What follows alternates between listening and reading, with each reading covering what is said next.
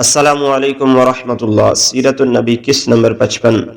جمعہ کی یہ پہلی نماز مدینہ المنورہ کے محلہ بنی سالم کی جس مسجد میں آپ نے جمعہ ادا کیا، اب اس مسجد کو مسجد جمعہ کہا جاتا ہے۔ یہ قباء کی طرف جانے والے راستے کے بائیں طرف ہے۔ اس طرح یہ پہلی نماز جمعہ تھی۔ حضور صلی اللہ علیہ وسلم نے اس نماز سے پہلے خطبہ بھی دیا تھا۔ اس پہلے خطبے میں جو کچھ ارشاد فرمایا اس کا کچھ حصہ یہ تھا: بس جو شخص اپنے آپ کو جہنم کی آگ سے بچانا چاہتا ہے تو ضرور بچا لے، چاہے وہ آدھے چوہارے کے برابر ہی کیوں نہ ہو۔ جسے کچھ بھی نہ آتا ہو وہ کلمہ طیبہ کو لازم کر لے، کیونکہ نیکی کا ثواب 2 گنا سے لے کر 700 گنا تک ملتا ہے۔ اور سلام ہو اللہ کے رسول پر اور اللہ کی رحمت اور برکت ہو۔ نماز جمعہ ادا کرنے کے بعد حضرت صلی اللہ علیہ وسلم مدینہ منورہ جانے کے لیے اپنی اونٹنی پر سوار ہوئے اور اس کی لگام ڈیلی چھوڑ دی، یعنی اسے اپنی مرضی سے چلنے کی اجازت دی۔ اونٹنی نے پہلے دائیں اور بائیں دیکھا، جیسے چلنے سے پہلے فیصلہ کر رہی ہو کہ کس سمت میں جانا ہے۔ ایسے میں بنی سالم کے لوگوں، یعنی جن کے محلے میں جمعے کی نماز ادا کی گئی تھی، نے عرض کیا: اے اللہ کے رسول، آپ ہمارے ہاں قیام فرمائیے، یہاں لوگوں کی تعداد زیادہ ہے، یہاں آپ کی پوری حفاظت ہوگی، یہاں دولت بھی ہے، ہمارے پاس ہتھیار بھی ہیں، ہمارے پاس باغات بھی ہیں اور زندگی کی ضرورت کی سب چیزیں بھی موجود ہیں۔ آپ صلی اللہ علیہ وسلم ان کی باتیں سن کر مسکرائے، ان کا شکریہ ادا کیا اور فرمایا: میری اونٹنی کا راستہ چھوڑ دو، یہ جہاں جانا چاہے اسے جانے دو، کیونکہ یہ مامور ہے۔ مطلب یہ تھا کہ اللہ تعالیٰ کے حکم سے اونٹنی خود چلے گی اور اسے اپنی منزل معلوم ہے۔ آپ صلی اللہ علیہ وسلم نے ان حضرات کو دعا دی: اللہ تعالیٰ تمہیں برکت عطا فرمائے۔ اس کے بعد اونٹنی روانہ ہوئی، یہاں تک کہ بنی بیاسا کے محلے میں پہنچی۔ یہاں کے لوگوں نے بھی آپ صلی اللہ علیہ وسلم سے درخواست کی کہ ان کے ہاں ٹھہریں۔ آپ صلی اللہ علیہ وسلم نے انہیں بھی وہی جواب دیا جو بنی سالم کو دیا تھا۔ اسی طرح بنی سعدہ کے علاقے سے گزرے ان حضرات نے بھی یہ درخواست کی، آپ صلی اللہ علیہ وسلم نے یہی جواب فرمایا۔ اونٹنی آگے بڑھی، اب یہ بنی عدی کے محلے میں داخل ہوئی۔ یہاں آپ صلی اللہ علیہ وسلم کے دادا عبد المطلب کے ننہال تھے۔ ان لوگوں نے عرض کیا: ہم آپ کے ننہال والے ہیں، اس لیے یہاں قیام فرمائیے، یہاں آپ کی رشتہ داری بھی ہے، ہم تعداد میں بھی بہت ہیں، آپ کی حفاظت بھی بڑھ چڑھ کر کریں گے، پھر یہ کہ ہم آپ کے رشتہ دار بھی ہیں، سو ہمیں چھوڑ کر نہ جائیں۔ آپ صلی اللہ علیہ وسلم نے انہیں بھی وہی جواب دیا کہ یہ اونٹنی مامور ہے، اسے اپنی منزل معلوم ہے۔ اونٹنی آگے بڑھی اور اسی محلے میں ایک جگہ بیٹھ گئی۔ یہ جگہ بنی سالم بن نجار کے محلے میں کے پاس تھی اور حضرت ابو ایوب انصاری رضی اللہ عنہ کے دروازے کے قریب تھی۔ حضرت ابو ایوب انصاری رضی اللہ عنہ کا نام خالد بن زید نجار انصاری تھا۔ یہ قبیلہ حضرج کے تھے، بیعت عقبہ کے موقع پر موجود تھے، ہر موقع پر حضور صلی اللہ علیہ وسلم کے ساتھ رہے۔ حضرت علی رضی اللہ عنہ کے دور خلافت میں وہ حضرت علی رضی اللہ عنہ کے بہت قریبی معاونین میں سے رہے۔ ان کی وفات یزید کے دور میں قسطنطنیہ کے جہاد کے دوران ہوئی۔ اونٹنی بیٹھ گئی، ابھی آپ صلی اللہ علیہ وسلم اس سے اترے نہیں تھے کہ وہ اچانک پھر کھڑی ہو گئی، چند قدم چلی اور ٹھہر گئی۔ آپ صلی اللہ علیہ وسلم نے اس کی لگام بدستور چھوڑے رکھی تھی۔ اونٹنی اس کے بعد واپس اس جگہ آئی جہاں پہلے بیٹھی تھی، وہ دوبارہ اسی جگہ بیٹھ گئی، اپنی گردن زمین پر رکھ دی اور منہ کھولے بغیر ایک آواز نکالی۔ اب نبی اکرم صلی اللہ علیہ وسلم اس سے اترے، ساتھ ہی فرمایا: اے میرے پروردگار، مجھے مبارک جگہ پر اتارنا اور تو ہی بہترین جگہ ٹھہرانے والا ہے۔ آپ صلی اللہ علیہ وسلم نے یہ جملہ 4 مرتبہ ارشاد فرمایا، پھر فرمایا: انشاءاللہ یہی قیام گاہ ہوگی۔ اب آپ صلی اللہ علیہ وسلم نے سامان اتارنے کا حکم دیا۔ حضرت ابو ایوب انصاری رضی اللہ عنہ نے عرض کیا: کیا میں آپ کا سامان اپنے گھر لے جاؤں؟ آپ صلی اللہ علیہ وسلم نے انہیں اجازت دے دی۔ وہ سامان اتار کر لے گئے۔ اسی وقت حضرت اسد بن زرارہ رضی اللہ عنہ آ گئے۔ انہوں نے اونٹنی کی مہار تھام لی اور اونٹنی کو لے گئے، چنانچہ اونٹنی ان کی مہمان بنی۔ بنی نجار کے ہاں اترنے پر ان کی بچیوں نے دف ہاتھوں میں لے لیے اور خوشی سے سرشار ہو کر ان کو بجانے لگی اور یہ گیت گانے لگی: ہم بنی نجار کے پڑوسیوں میں سے ہیں، کس قدر خوش قسمتی کی بات ہے کہ محمد صلی اللہ علیہ وسلم ہمارے پڑوسی ہیں۔ ان کی آواز سن کر نبی اکرم صلی اللہ علیہ وسلم باہر نکل آئے، ان کے نزدیک آئے اور فرمایا: کیا تم مجھ سے محبت کرتی ہو؟ وہ بولی: ہاں اے اللہ کے رسول۔ اس پر آپ صلی اللہ علیہ وسلم نے فرمایا: اللہ جانتا ہے میرے دل میں بھی تمہارے لیے محبت ہی محبت ہے۔ حضرت صلی اللہ علیہ وسلم حضرت ابو ایوب انصاری رضی اللہ عنہ کے گھر اس وقت تک ٹھہرے جب تک کہ مسجد نبوی اور اس کے ساتھ آپ صلی اللہ علیہ وسلم کا حجرہ تیار نہیں ہو گیا۔ آپ تقریباً 11 ماہ تک وہاں ٹھہرے رہے۔ آپ صلی اللہ علیہ وسلم جب قباء سے مدینہ منورہ تشریف لائے تو ساتھ اکثر مہاجرین بھی مدینہ منورہ آ گئے تھے۔ اس وقت انصاری مسلمانوں کا جذبہ قابل دید تھا۔ ان سب کی خواہش تھی کہ مہاجرین ان کے ہاں ٹھہرے۔ اس طرح ان کے درمیان بحث ہوئی۔ آخر انصاری حضرات نے مہاجرین کے لیے قرآن اندازی کی۔ اس طرح جو مہاجر جس انصاری کے حصہ میں آئے وہ انہی کے ہاں ٹھہرے۔ انصاری مسلمانوں نے انہیں نہ صرف اپنے گھروں میں ٹھہرایا بلکہ ان پر اپنا مال اور دولت بھی خرچ کیا۔ مہاجرین کی آمد سے پہلے انصاری مسلمان ایک جگہ باجماعت نماز ادا کرتے تھے۔ حضرت اسعد بن زرارہ رضی اللہ عنہ انہیں نماز پڑھاتے تھے۔ جب آپ صلی اللہ علیہ وسلم تشریف لائے تو سب سے پہلے مسجد بنانے کی فکر ہوئی۔ آپ صلی اللہ علیہ وسلم اپنی اونٹنی پر سوار ہوئے اور اس کی لگام ڈھیلی چھوڑ دی۔ اونٹنی چل پڑی۔ وہ اس جگہ جا کر بیٹھ گئی جہاں آج مسجد نبوی ہے، جس جگہ مسلمان نماز ادا کرتے رہتے۔ وہ جگہ بھی اس کے آس پاس ہی تھی۔ اس وقت وہاں صرف دیواریں کھڑی کی گئی تھی، ان پر چھت نہیں تھی۔ اونٹنی کے بیٹھنے پر آپ صلی اللہ علیہ وسلم نے ارشاد فرمایا بس مسجد اس جگہ بنے گی۔ اس کے بعد آپ صلی اللہ علیہ وسلم نے اسد بن زرارہ رضی اللہ عنہ سے فرمایا تم یہ جگہ مسجد کے لیے فروخت کر دو۔ وہ جگہ دراصل دو یتیم بچوں سہل اور سہیل کی تھی اور اسد بن زرارہ رضی اللہ عنہ ان کے سرپرست تھے۔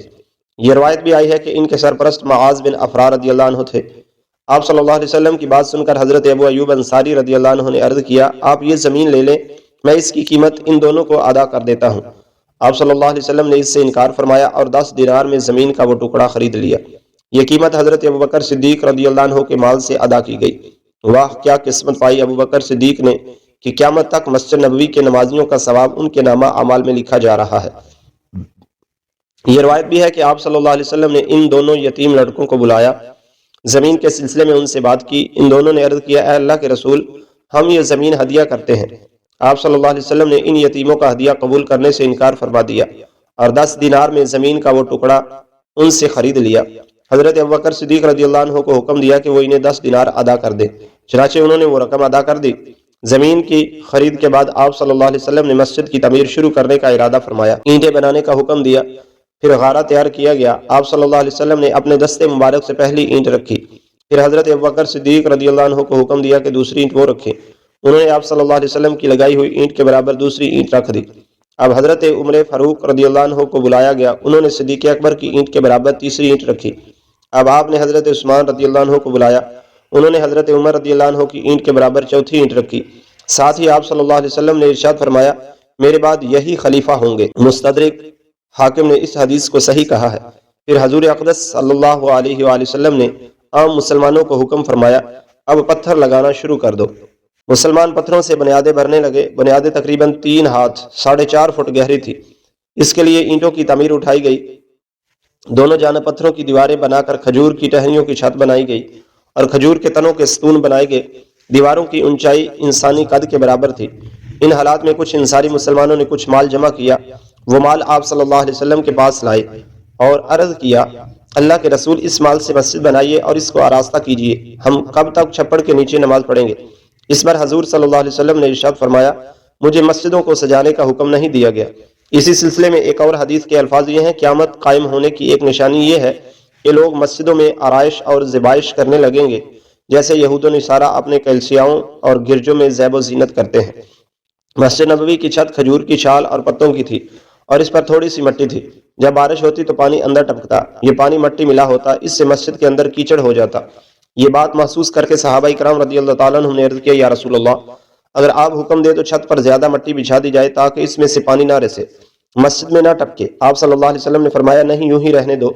مسجد کے تعمیر کے کام میں تمام مہاجرین اور انصار صحابہ نے حصہ لیا، یہاں تک کہ خود حضور نبی کریم صلی اللہ علیہ وسلم نے بھی اپنے ہاتھوں سے کام کیا۔ آپ صلی اللہ علیہ وسلم اپنی چادر میں اینٹیں بار بار کر لاتے، یہاں تک کہ سینہ مبارک غبار آلود ہو جاتا۔ صحابہ کرام رضی اللہ تعالیٰ عنہ نے حضرت صلی اللہ علیہ وسلم کو اینٹیں اٹھاتے دیکھا تو وہ اور زیادہ جفشانی سے اینٹیں ڈھونے لگے۔ یہاں اینٹوں سے مراد پتھر ہیں۔ ایک موقع پر آپ صلی اللہ علیہ وسلم نے دیکھا کہ باقی صحابہ تو ایک ایک پتھر اٹھا کر لا رہے ہیں اور حضرت عمار بن یاسر رضی اللہ عنہ 2 پتھر اٹھا کر لا رہے تھے، تو ان سے پوچھا عمار تم بھی اپنے ساتھیوں کی طرح ایک ایک پتھر کیوں نہیں لاتے؟ انہوں نے عرض کیا اس لیے کہ میں اللہ تعالیٰ سے زیادہ اجر و ثواب چاہتا ہوں۔ حضرت عثمان بن معذون رضی اللہ عنہ بہت نفیس اور صفائی پسند تھے، وہ بھی مسجد کی تعمیر کے لیے پتھر ڈھو رہے تھے۔ پتھر اٹھا کر چلتے تو اس کو اپنے کپڑوں سے دور رکھتے تاکہ کپڑے خراب نہ ہوں، اگر مٹی لگ جاتی تو فوراً چٹکی سے اس کو جاڑنے لگ جاتے۔ دوسرے صحابہ دیکھ کر مسکرا دیتے۔ مسجد کی تعمیر کے بعد حضور اکرم صلی اللہ علیہ وسلم اس میں 5 ماہ تک بیت المقدس کی طرف منہ کر کے نمازیں پڑھتے رہے۔ اس کے بعد اللہ تعالیٰ کے حکم سے قبلے کا رخ بیت اللہ کی طرف ہو گیا۔ مسجد کا پہلے فرش کچا تھا، پھر اس پر کنکریاں بچھا دی گئیں۔ یہ اس لیے بچھائی گئیں کہ ایک روز بارش ہوئی، فرش گیلا ہو گیا، اب جو بھی آتا اپنی جولی سے کنکریاں بھر کر لاتا اور اپنی جگہ پر ان کو بچھا کر نماز پڑھتا۔ تب نبی کریم صلی اللہ علیہ وسلم نے حکم دیا کہ سارا فرش ہی کنکریوں کا بچھا دو۔ پھر جب مسلمان زیادہ ہو گئے تو نبی کریم صلی اللہ علیہ وآلہ وسلم نے مسجد کو وسیع کرنے کا ارادہ فرمایا۔ مسجد کے ساتھ زمین کا ایک ٹکڑا حضرت عثمان غنی رضی اللہ عنہ کا تھا۔ یہ ٹکڑا انہوں نے ایک یہودی سے خریدا تھا۔ جب حضرت عثمان رضی اللہ عنہ کو معلوم ہوا کہ حضور نبی صلی اللہ علیہ وسلم مسجد کو وسیع کرنا چاہتے ہیں تو انہوں نے عرض کیا، اللہ کے رسول، آپ مجھ سے زمین کا یہ ٹکڑا جنت کے ایک مکان کے بدلے میں خرید لیں۔ چنانچہ نبی کریم صلی اللہ علیہ وسلم نے زمین کا وہ ٹکڑا ان سے لے لیا۔ مسجد نبوی کے بارے میں آپ صلی اللہ علیہ وسلم نے ارشاد فرمایا، اگر میری یہ مسجد صنعاء کے مقام تک بھی بن جائے، یعنی اتنی وسیع ہو جائے، تو بھی یہ میری مسجد ہی رہے گی، یعنی مسجد نبوی ہی رہے گی۔ اس سے ظاہر ہو رہا ہے کہ آپ نے مسجد نبوی کے وسیع ہونے کی اطلاع پہلے ہی دے دی تھی، اور ہوا بھی یہی۔ بعد کے ادوار میں اس کی توسیع ہوتی رہی اور اس کا سلسلہ جاری ہے اور آگے بھی جاری رہے گا۔ مسجد نبوی کے ساتھ ہی سیدہ عائشہ صدیقہ رضی اللہ عنہا اور سیدہ سودا رضی اللہ عنہا کے لیے 2 حجرے بنائے گئے۔ یہ حجرے مسجد نبوی سے بالکل ملے ہوئے تھے۔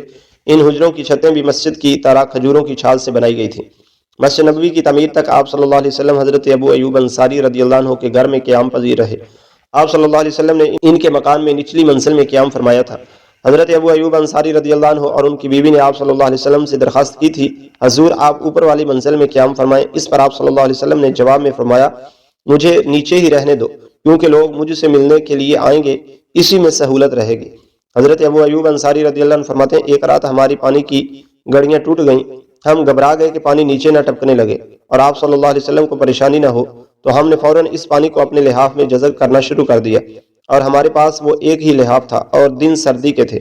اس کے بعد حضرت ابو ایوب انصاری رضی اللہ عنہ نے پھر آپ صلی اللہ علیہ وسلم سے اوپر والی منزل پر قیام کرنے کی درخواست کی۔ آخر آپ صلی اللہ علیہ وسلم نے ان کی بات مان لی۔ ان کے گھر کے قیام کے دوران آپ صلی اللہ علیہ وسلم کے لیے کھانا حضرت اسد بن زرارہ اور حضرت سعد بن عبادہ رضی اللہ عنہما کے ہاتھ سے بھی آتا تھا۔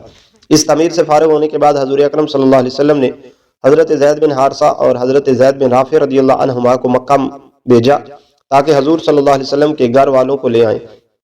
حضور اکرم صلی اللہ علیہ وسلم نے انہیں سفر میں خرچ کرنے کے لیے 500 درہم اور 2 اونٹ دیے۔ رہبر کے طور پر ان کے ساتھ عبداللہ بن عریقت کو بھیجا۔ سیدنا ابوبکر صدیق رضی اللہ عنہ نے یہ اخراجات برداشت کیے۔ ان کے گھر والوں کو لانے کی ذمہ داری بھی انہیں ہی سونپی گئی۔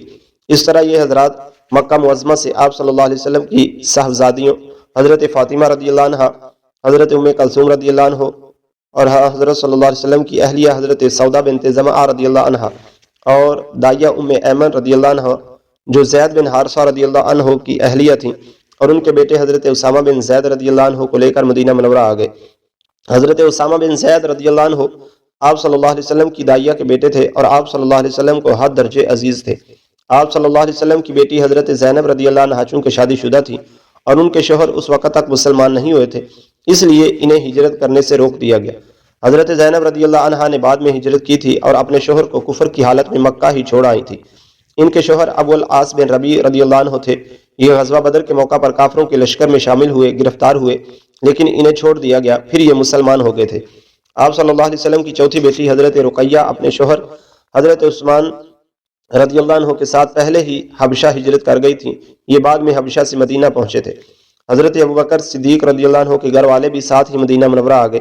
ان میں ان کی زوجہ محترمہ حضرت ام رومان، حضرت عائشہ صدیقہ اور ان کی بہن حضرت اسماء رضی اللہ عنہ شامل تھیں۔ حضرت ابوبکر صدیق رضی اللہ عنہ کے بیٹے حضرت عبداللہ رضی اللہ عنہ بھی ساتھ آئے۔